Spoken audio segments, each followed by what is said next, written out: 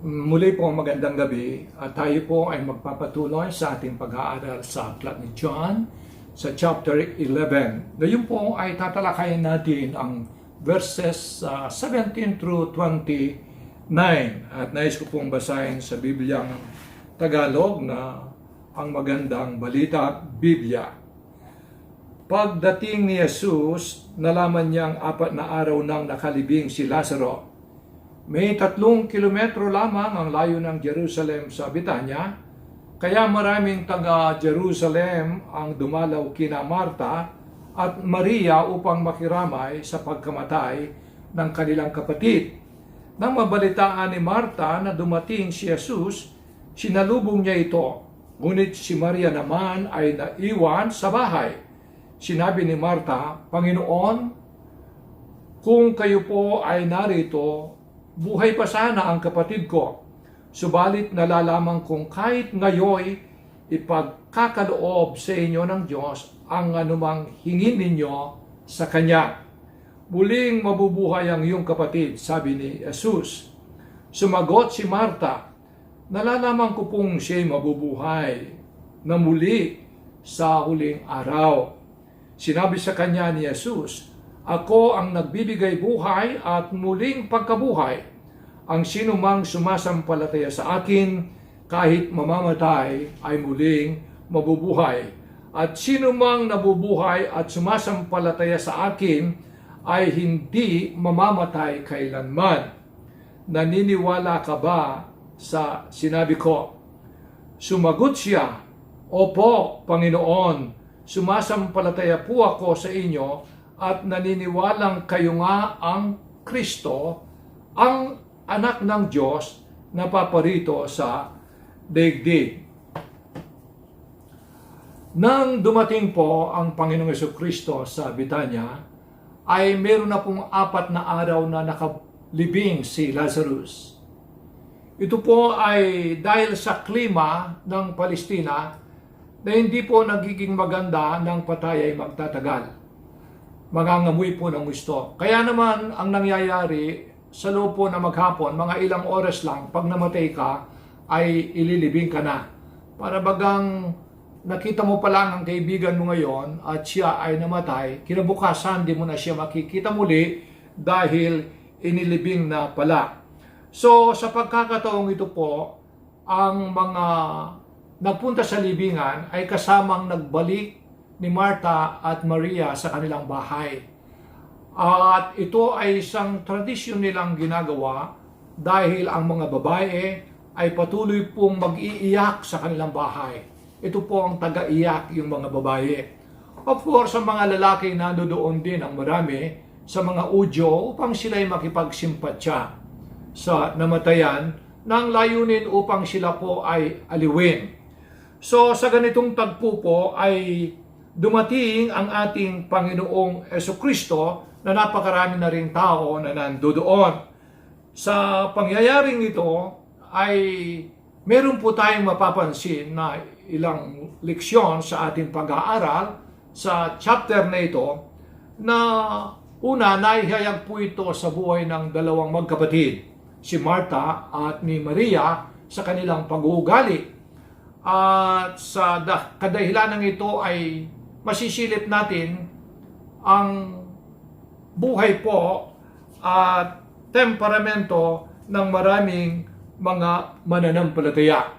Ang pinupunto ko po unang-una sa ating pagbibigay pansin sa passage na ito ay matututunan po natin talagang meron po tayong magkakaibang temperament or mood sa ating pagkatao. Mapansin natin nung marinig po ni Marta ang Panginoong Jesucristo ay dumarating, kagad-agad siyang sinalubong ito. Whereas si Mary sa verse 20 ay nanatili lamang siyang nakaupo sa kanilang bahay at hindi po siya sumalubong. We just don't know, baka hindi niya nalaman na dumating ang ating Panginoong Jesucristo or talagang nag-decide lamang siya na uupo dahil yan po ang kaugalian noon. Pag namatayan ay nandun lang nakaupo habang siya ay inaaliw. At para bagang si Marta ay tulad ng dati, siya po ay aktibo, na agresibo, na gumagalaw. At si Mary ay makita natin siya po ay passive, tahimik lang, at parang katulad lang ng ibang taong hindi kaugali ng iba na agresibo. So, hindi nakakapagtaka, baka sa paglalakad po ni Marta sa kanilang lugar, sa kanilang bahay, at sa mga tao, ay nahagip niya ang balitang paparating ang Panginoong Jesucristo. Kaya siya ang unang-unang sumalubong sa atin, o sa ating Panginoon. Pansinin po ninyo, nung una ay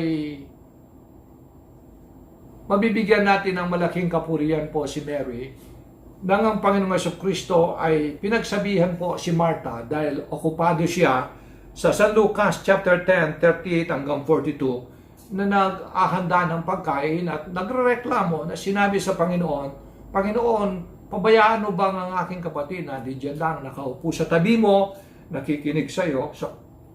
Samantalang ako ay naririto, pagod na pagod sa paghanda, busy ako. Sabi ng Panginoong Jesucristo, Marta, pinili ni Mary ang tamang lugar. Dahil si Mary po ay inuna niya ang Panginoon at umupoy siyang malapit sa ating Panginoon sa pakikinig at pagsamba sa ating Panginoong Jesucristo. Pero dito naman po ay mapansin natin na tama si Marta. Dahil sa pagkakataong ito ay si Marta po ang sumalubong at nakinig sa ating Panginoong Jesucristo.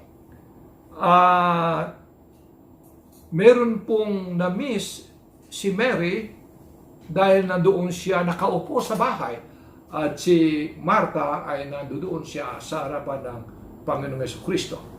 Ang na-miss po ni Mary ay ang personal na declaration ni Jesus Christ nung sabihin niyang, ako ang nagbibigay buhay at muling pagkabuhay, ang sinumang sumasampalataya sa akin kahit mamamatay ay muling mabubuhay, at sinumang nabubuhay na sumasampalataya sa akin, hindi na mamamatay kailanman. Yan po ang sabi ng ating Panginoong Jesucristo kay Marta. At sabi niya, pinaniniwalaan mo ba ito? Ito ay personal na declaration na sinabi ni Jesus. Ang nakarinig ay si Marta at hindi po ito narinig mismo ni Mary. So, ano po ang leksyon na matututunan natin sa pagkakataong ito? Una, pareho naman silang mananampalataya at sabihin pa sila ay magkapatid. Pero hindi po pareho ang kanilang katangian at ang kanilang mood, ang kanilang temperamento. Ito po ay sinasabi sa atin na magkakaiba po ang ating temperament. Magkakaiba po ang ating mood. Kung paanong si Pedro na self-assured, agresibo, laging kumpiyansa, masigasig. Kabaligtaran naman po si Thomas na alagad din ng Panginoong Jesucristo, na para bagang lagi lamang siyang passive at lagi siyang mapagduda sa maraming pagkakataon. Kaya bigyan po natin ng lugar at tanggapin ang ibang mga kapatiran sa Panginoon na di natin katulad sa ating temperamento. Marahil tayo ay masigasig sa ating mood o marahil sa kabilang banda tayo ay mga taong matahimik lang. At definitely, ganito tayong wired sa salitang English. At ginawa ng Panginoon upang tayo po ay maging sangkap sa isa't isa. Minsan, may kapatid na tahimik lang sa isang sulok at hindi kanya lalapitan. Hindi siya gaanong ngingiti kung hindi mo siya ngingitian.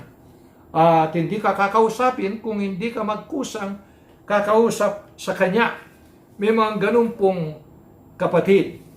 At malimit, ang ating mood or temperament ay lalabas po ito. Lalabas sa panahon po ng krisis tulad ng nangyari kay Marta at Maria na namatayan silang kapatid.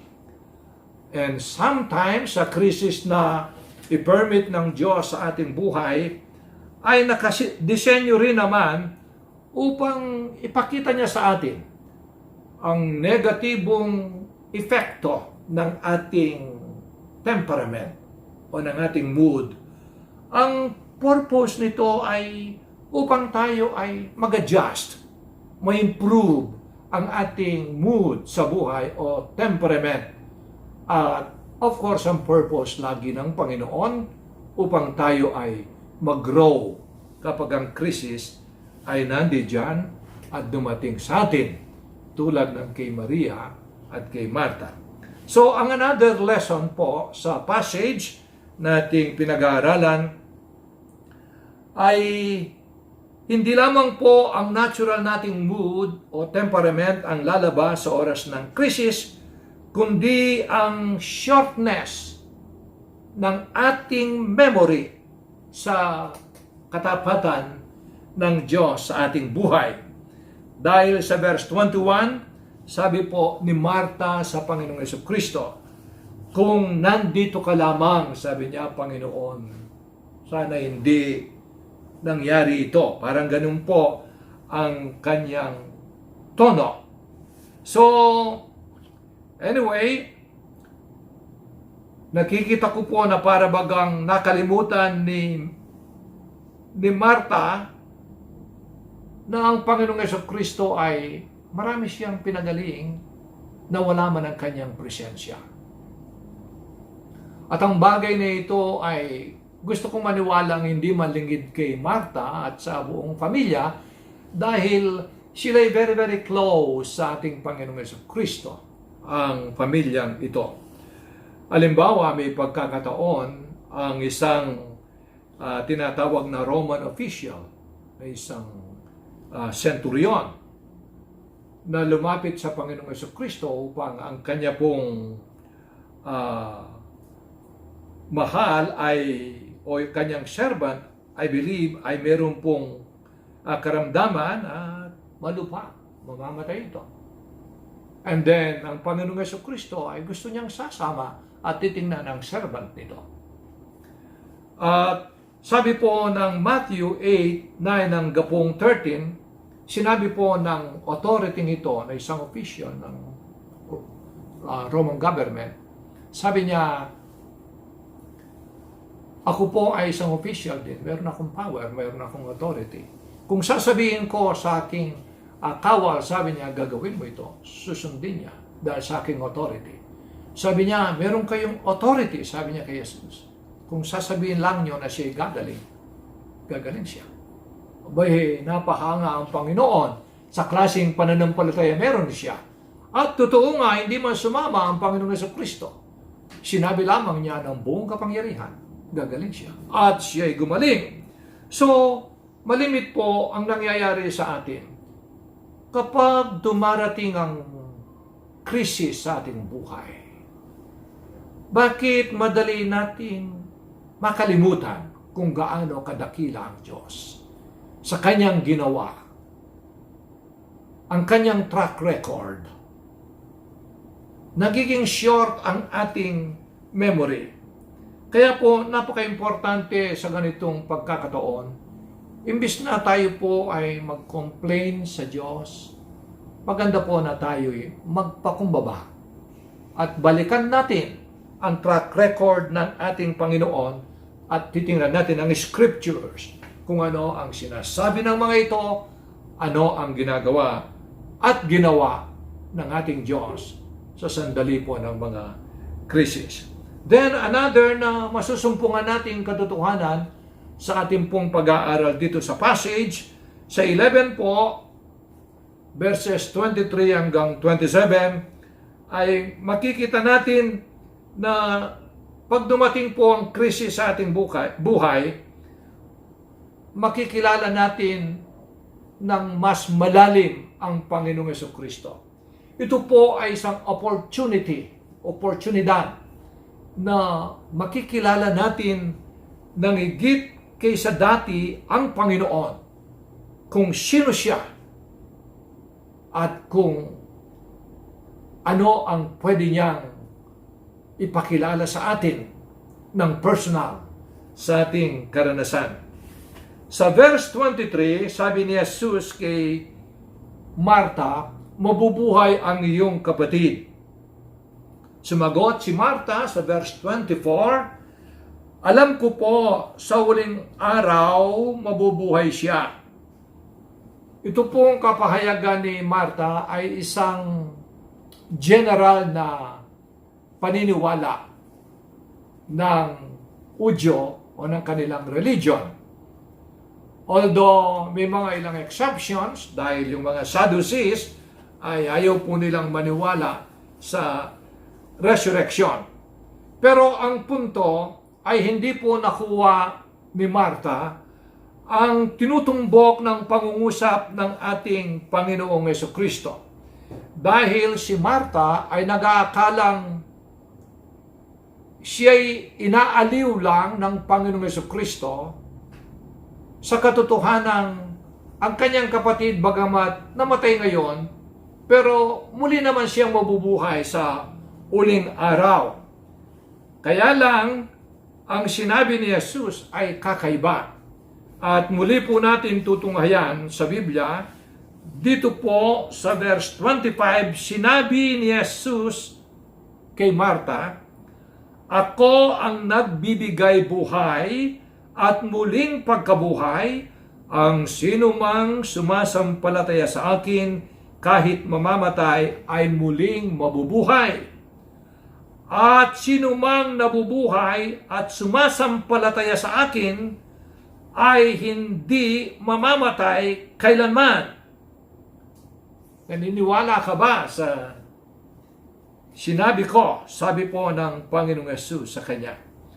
Ang sinasabi po ng Panginoong Jesucristo at gustong ipaunawa kay Marta sa pagkakataong ito na siya mismo ang susi ng buhay at siya ang buhay, siya ang pinanggagalingan ng buhay, siya ang nagbigay ng buhay at siyang pwedeng magbangon sa isang patay na upang siya'y muling bibigyan ng buhay.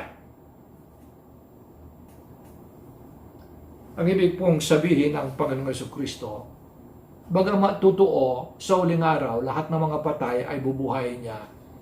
Pero hindi na kailangan maghintay pa ng huling araw dahil kaya niyang buhayin si Lazarus ngayon dahil si Jesus mismo ang susi ng buhay.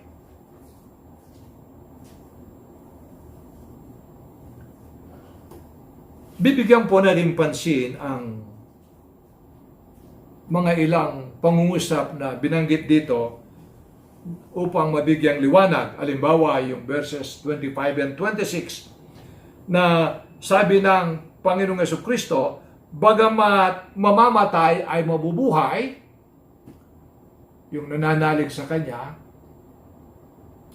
ito po ay tumutukoy sa physical na pagkabuhay. Katulad po ni Lazaro, namatay na physical, and then bagamat siya namatay, ay pwede pong bubuhay ng Panginoon ng physical. Yon. Gaya ng sinabi niya sa John chapter 5, 21, and then verses 25 through 29. Ito'y sa physical pong pagkabuhay muli o resurrection.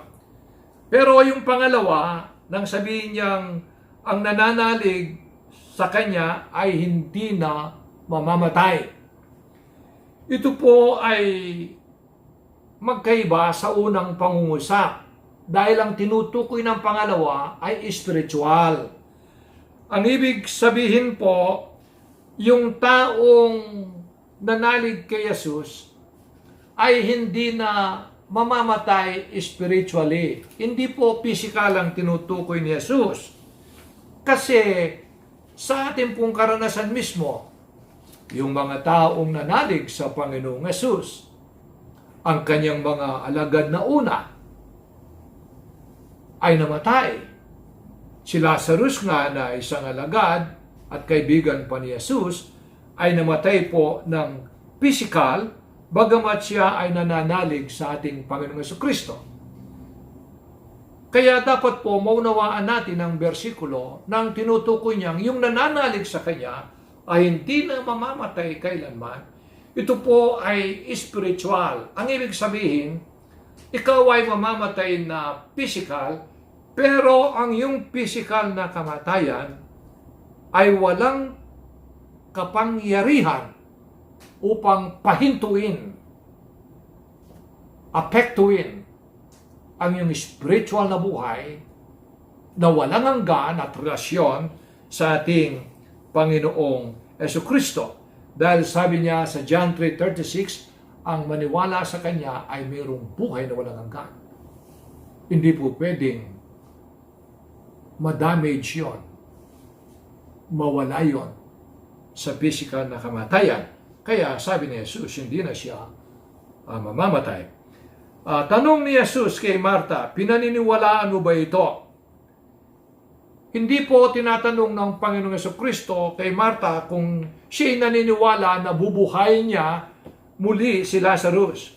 Kundi ang tinutumbok po ng Panginoon kung pinapaniwalaan ni Marta ng kanyang pagpapaliwanag na si Jesucristo mismo ang siyang may hawak ng susi ng buhay, na siyang buhay, muling pagkabuhay. Dahil po, mapansin natin yung pangungusap ni Marta sa pagkita nila ng Panginoong Jesus. Sabi niya, pero alam ko, sabi niya, kahit ngayon, ano man ang hilingin mo sa Diyos ay bibigay niya sa iyo.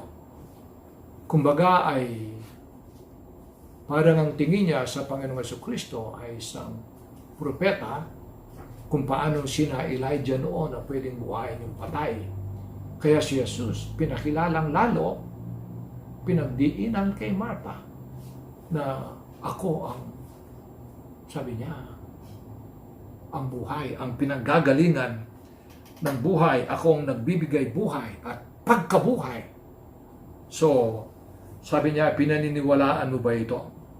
At sumagot po si Marta. Gusto ko yung kanyang sinagot. Sumagot siya, 27, Opo, Panginoon. Sumasampalataya po ako sa inyo, naniniwalang kayo nga ang Kristo. Yan ang una. Kayo ang Kristo. Ang Mesiyas, ang ibig sabihin, ang Anointed One. And then sabi niya, kayo po ang anak ng Diyos. Alam ba niyo ang ibig sabihin nito?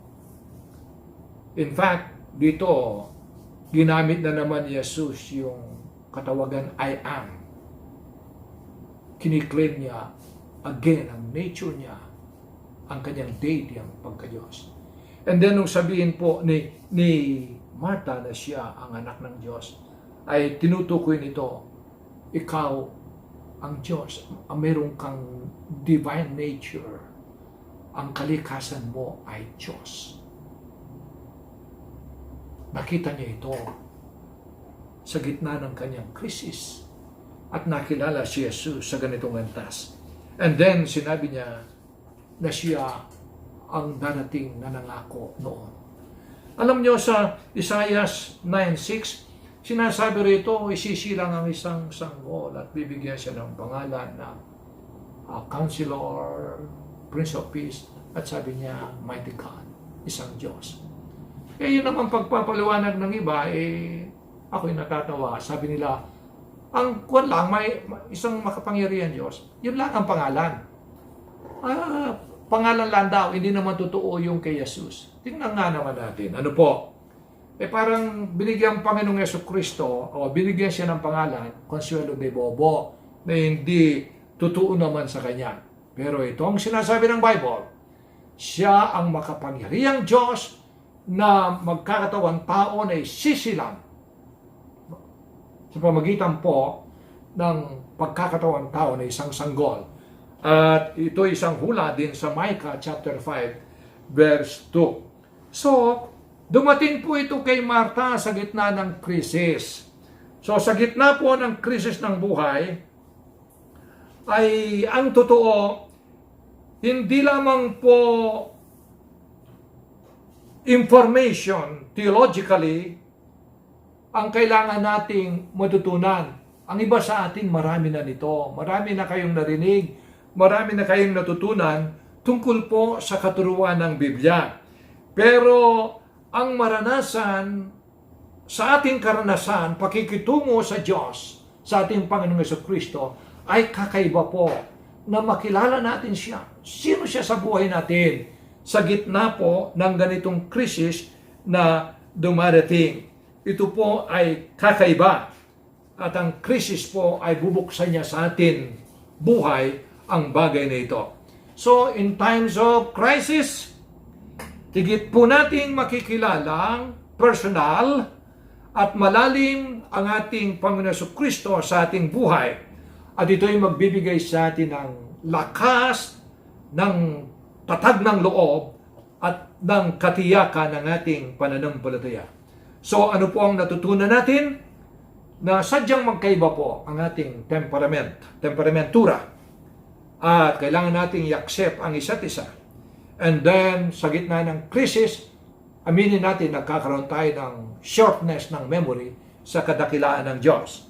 Pero ito rin, thirdly, ay pagkakataon na higit nating makilala ang Panginoong Jesucristo. Magpapatuloy po tayo sa susunod na Miyerkules. God bless po.